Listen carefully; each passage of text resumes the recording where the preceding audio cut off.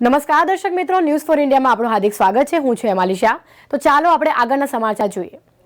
અમદાવાદથી મોટા સમાચાર પ્રાપ્ત થઈ રહ્યા છે ત્યારે મક્તમપુરા વિસ્તારમાં આવેલી વિશાલા બરફની ફેક્ટરી પાસે ઇલેક્ટ્રોનિક રમકડાની ગોડાઉનમાં આગ લાગી છે તથા આગની ઘટના સામે આવી રહી છે ત્યારે ઘટના સ્થળ પર ફાયર બ્રિગેડની 9 થી 10 ગાડીઓ પહોંચી ગઈ છે અને આગને ઓલવવામાં કાબૂમાં લેવાઈ છે।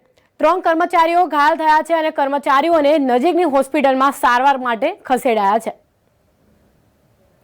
આજે અમે બતાવીશું મક્તમપુરા વોર્ડની અંદર આવેલો વિશાલા ભાગ, જે વિશાલા એરિયો છે, બરફની ફેક્ટરી જેને કહેવાય, ત્યાં આજે રમકડાની દુકાન ઉપર ખાસી મોટી આગ લાગવામાં આવી હતી। જે હાલની ફાયર બ્રિગેડની ટોટલ ગાડીઓ જે છે, ફાયર બ્રિગેડની ગાડીઓ સાથે ટોટલ 15 ગાડીઓ છે એમની સ્ટાફ સાથે આપને અમે બતાવીશું। હાલ ધુવાણા તો નીકળી રહ્યા છે,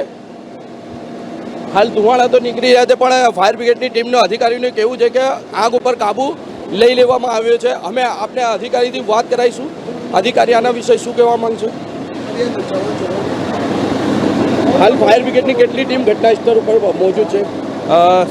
એક મિની ફાયર ફાઇટર છે, 9 જેટલા ટેન્કર છે અને બીજા ઓફિસર વ્હીકલ, કુલ 15 વ્હીકલો ઘટના સ્થળ ઉપર છે અને 50 જેટલાનો સ્ટાફ છે કામ કરી રહ્યો। હાલ આગ શેના કારણસર લાગ્યો કંઈ જાણવા મળ્યું છે? આગ શેના કારણસર લાગ્યું એ જાણવા નથી મળ્યું। ઉપરની સાઈડ જ્યાં ઇલેક્ટ્રિક રમકડા હોય, જે ઇલેક્ટ્રિક બેટરીવાળા, એનું ગોડાઉન છે, એની અંદર આગ છે।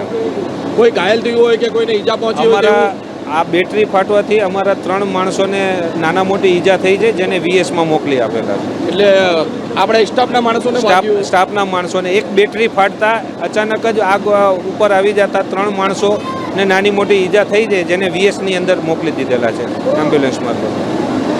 આપણે જેમ સાંભળ્યું કે હાલ અધિકારી એમ બતાવવામાં આવ્યું કે જ્યારે ફાયર બ્રિગેડની જે ટીમ ઘટના સ્થળ ઉપર પહોંચી હતી, તેમને આગ બુઝાવવા માટે જ્યારે રમકડાના ગોડાઉન ઉપર ગયા ત્યારે રમકડાની ગાડીની બેટરી ફાટતા 3 ફાયર બ્રિગેડના કર્મચારીઓ ઘાયલ થયા છે અને તેમની સારવાર માટે તેમને સિવિલ હોસ્પિટલમાં લઈ જવામાં આવે છે, સરકારી હોસ્પિટલમાં લઈ જવામાં આવ્યા છે તેમને।